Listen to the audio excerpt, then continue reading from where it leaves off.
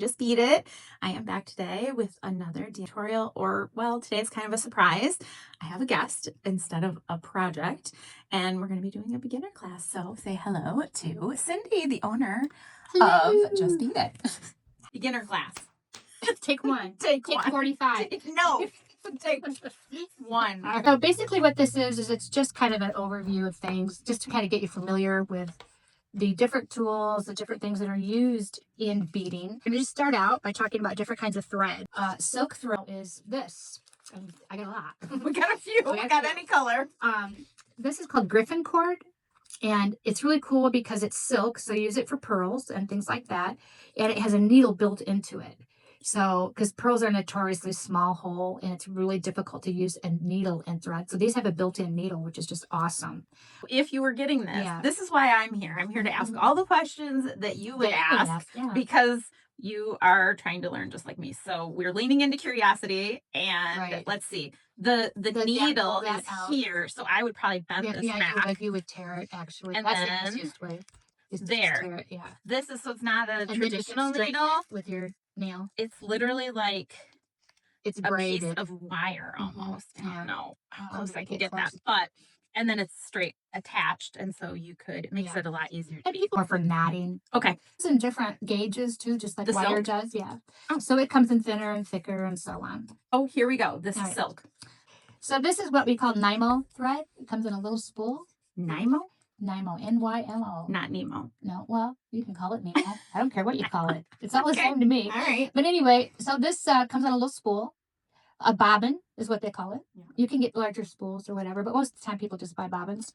And this is a kind of thread that you actually use a needle for. And these are English beading needles. The favorite size is 10. Bit needle. It's like you get a Nymo thread. All right. So anyway, that's what these two go together, like peanut butter and jelly. Okay.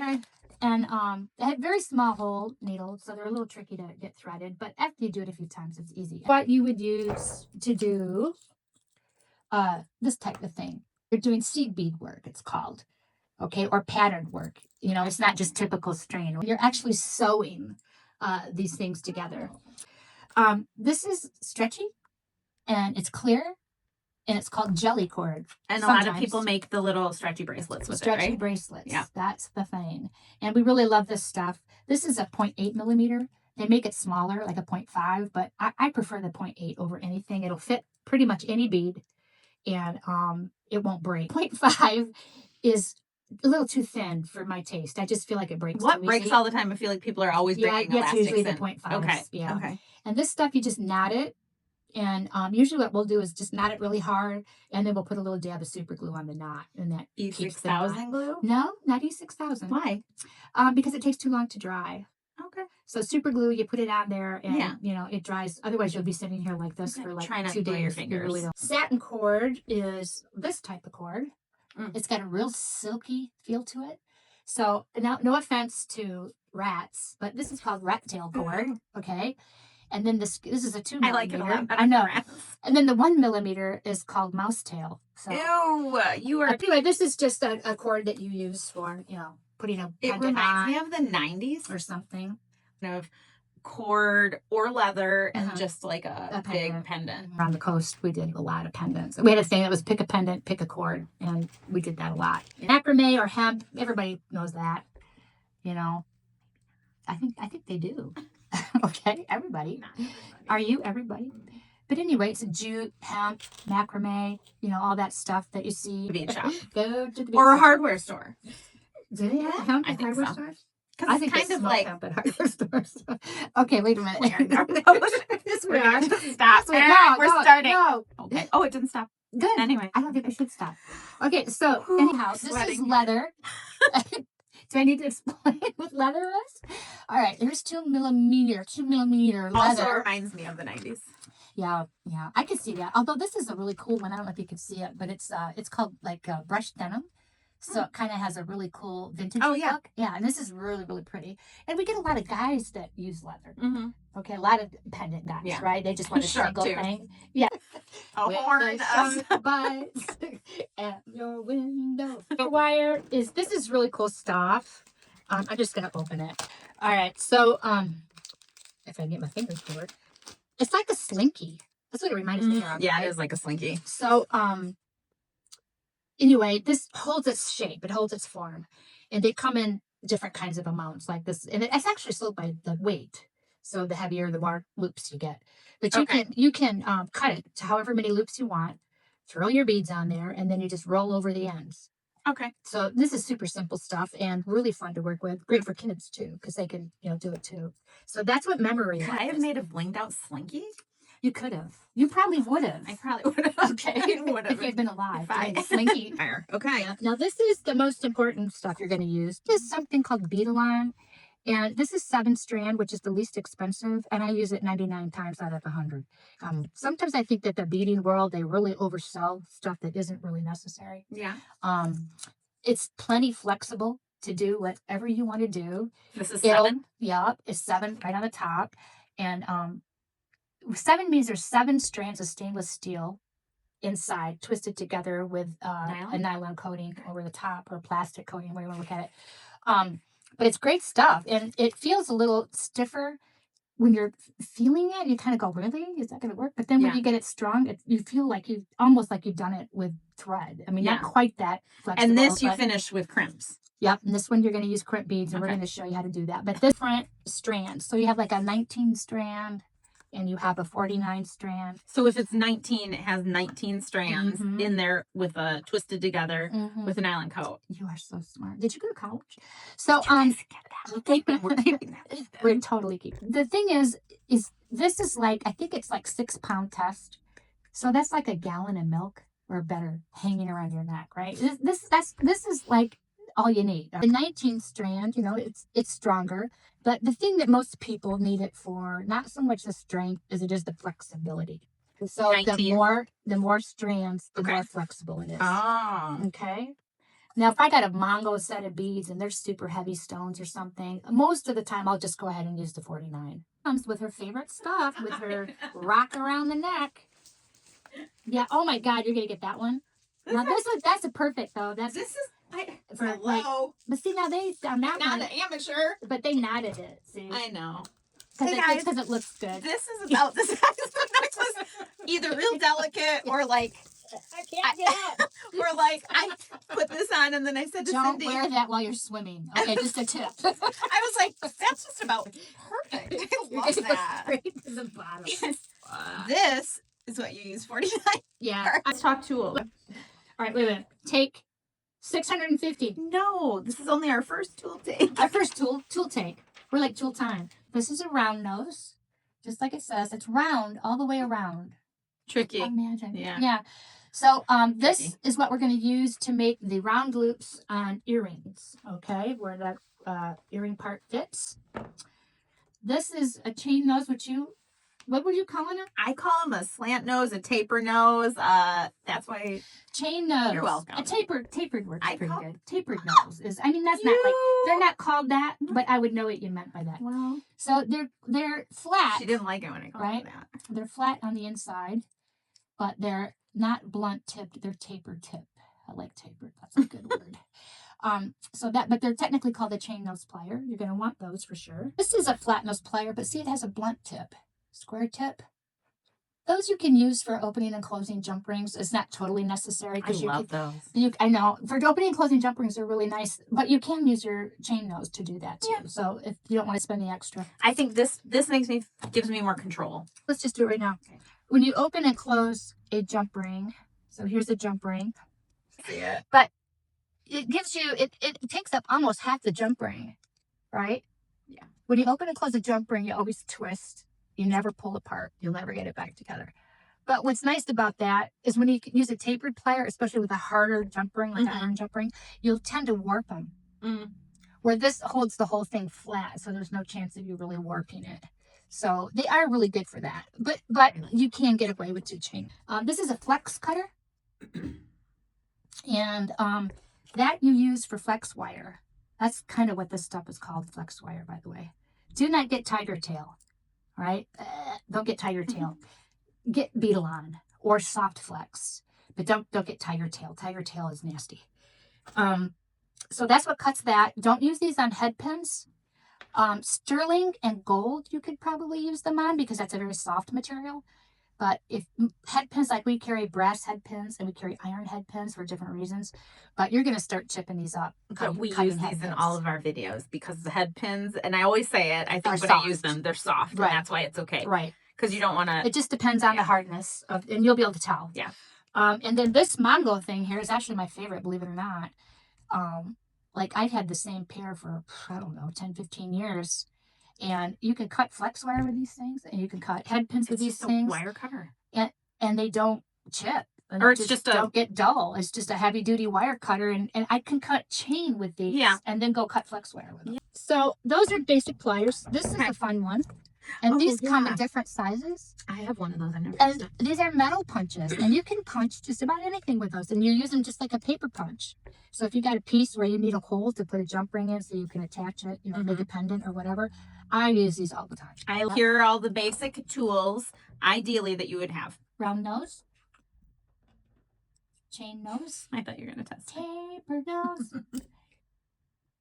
I call them a blunt nose or a square nose. I call it flat. Flat nose is one too. This one has several. Yeah, that's what I always call it. Flat nose is good. Yep. Flex cutter. Cutter. Wire cutter. Heavy duty cutter. You know, cut a bolt off your tire. All purpose cutter. All purpose cutter. Oh, well, I can't even talk. And that's a hole punch. Okay, and Euro Tool makes these, and Euro Tool is really, really good. Yeah. All right, we're back. So I'm going to start doing this with you. I'm going to show you first. These are head pins. This is what you're going to stack your beads on for making earrings. These are split rings. If you can see, I can see it, so I think you can see it. It's like a little miniature key ring, which we'll use for the ends. These are crimp beads, which are super tiny. And they actually have a side, but I don't think I'm going to go into that with you a little bit. There's your ear wires that we use, clasps, and then there's lever backs. Oops, I'm going the wrong way. Here we go. Lever backs for earrings. And these are wire guards. Now, I don't hardly ever use these. What are they for, though? Well, they protect the wire. Okay. From, like, you know, if you had it around here, from the wire rubbing and causing a problem. And that just never really happens. The only time I use wire guards usually is if I'm putting a piece that's been beaded onto maybe a chain that could be kind of sharp, where you're a little bit worried that it's going to rub and cause a problem with the wire. Okay. But generally speaking, I don't use these. To show you what they were. Okay. All right. So now I'm just going to go ahead, since the earring stuff is here, I'm just going to go ahead and show you how to do an earring.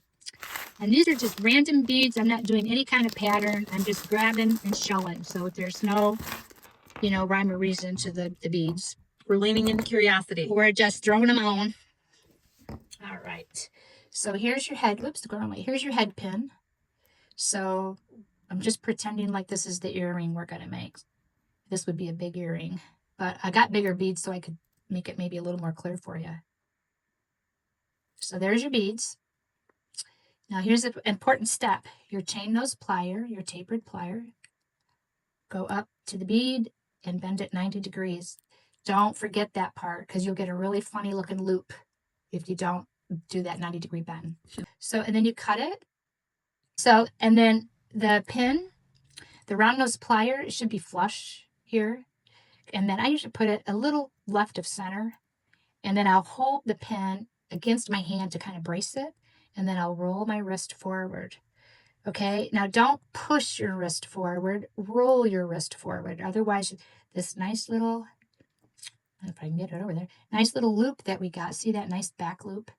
That would just be flat if you push it. So you got to roll it, baby.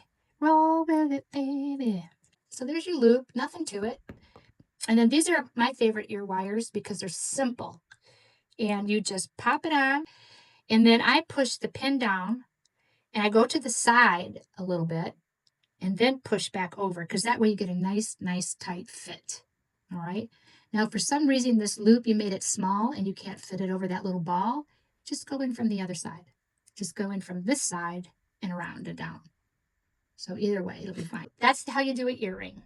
So we're going to do a really short necklace, just something enough to show you what we're doing. So this is the 7-strand, if I get it under there we go, 7-strand beadle-on. This is that real basic wire I was telling you that was perfectly fine, super cheap. We charged $5 for 30 feet. I mean, you can't go wrong. And then your flex cutter, remember that? The one you don't cut head pins with. And we're just going to give it a cut. You have these things called bead stoppers. These are the minis. I prefer the larger ones because I have problems with my hands, but the minis are fine. They're just a little spring, and you just go like that with them. $1 million idea. I know it. And then just pop your wire on like that. And then you can string all your beads without worrying about them falling off. And you can switch side. You can go from side to side. So if you made a mistake or want to change something, you don't got to start all the way over. So I am just going to throw beads on here again like I did with the earrings. This is no rhyme or reason, no specific pattern. I'm just showing you how to put it together. So throw some beads on. And I'm just going to... I can only see your hands. Oh, I'm in the wrong spot. Sorry. No, I think if you move your hand once you put a bead on a little bit, then you see it on the... Okay. So this is what I got so far. Yeah. Okay. Thank you for that, Tanya. My first video, so Yeah. Grateful for the help, the suggestions. And, you know, whatever beads. You can just use beads you got laying around in the house. There's no rules. You know, there's no right way or wrong way. There's your way, which is so wonderful because you really don't have to get all stressed out about, you know, is this right or does this look good? You know what? If it doesn't look good to somebody, tell them to go away and look somewhere else. You know, this is for you. This is for your enjoyment. And just do whatever floats your boat. All right, so we're just going to say that's enough beads. So let's just pretend like that's a whole necklace. Okay. And so you just leave For your my little... doll. Yes, It's for a doll American necklace. Girl. Yeah. That would be just right for Yeah. the chunky American Girl, right? With all the big beads. So you put your 2 crimps on. I'll try to keep my hands out of the way. Why do you do 2? Because it looks better. It looks better to have 2, and it nests better to have 2. And if you use 1, a lot of times you'll get this real sharp little edge, and it could be pokey. And it looks nice. Okay. So you got your 2 crimps.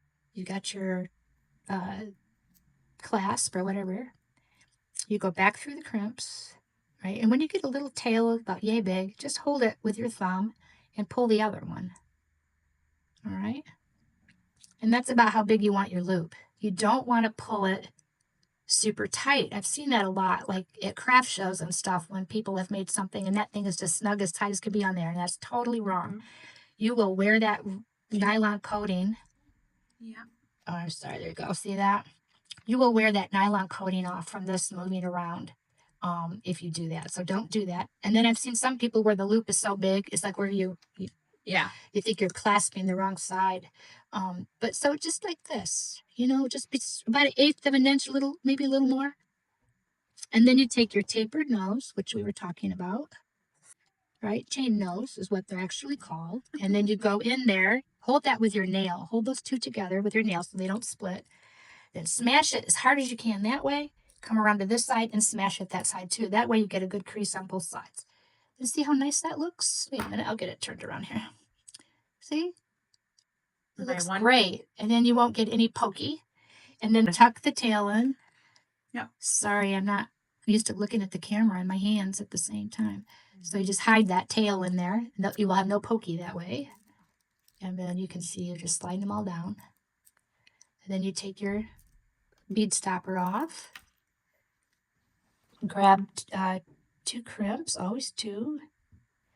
Now I got to tell you about crimps. There's only one brand I buy, the only ones I've been buying for, I don't know, 25 years. So I'll give you just a minute. I'll get done with this and I'll tell you about it. But this is your split ring. Then you go back through the crimps. And then when you're doing your finish side, you also go back through the next bead. Gone through your crimps and through the next bead. And then you take that tail and you just kind of, you hold on to your split ring and you just kind of wiggle her down. Okay? And when you get it about where you need it, and make sure, especially with big beads, that you still got some flexibility. Because sometimes with big beads, you leave a little extra space because the size of the bead really tightens the flexibility. So you want to make sure that whatever you're doing there with big beads, that it still feels comfortable to, You clasp. don't want to see space between the beads, but you want them to be able to just have Yeah, kind of movement, and you right? might have a little space. A little, like for Yeah. your thumbnail to fit in or Yeah. something, Well, but when you're not. dealing with super big beads, Yeah. usually what I'll do with super big beads is I'll put a little seed bead in between, Yeah. right? To give it just that little bit of space to be flexible. But when you're just doing big beads and nothing tiny in between them, you got to make sure A little bit. that, this feels comfortable Yeah. to close and not like it's super stiff. So I always do that. Then you take your chain nose tapered plier and you do the same thing on this end. Just crimp them twice, or crimp them not twice, crimp them hard that way, crimp them hard that way. And you can't pinch those too hard doing that. And then I like to wrap this over my fingers so that I have a really good view of where that's coming out of the hole. Come toward yourself. And then that way I can get right up by that bead. Whoops. And then we just tuck that down in. Da-da-da. So we'll just make this one a bracelet. And voila, you have a very, very, very tiny necklace. Or you have, yes, or you have a bracelet. That's all there is to it. And here's your bracelet, and there's your little earrings. And that was just stuff we threw together for fun. You can use anything. Enjoyed this beginner video, please like, subscribe, and follow along for more. See you next time.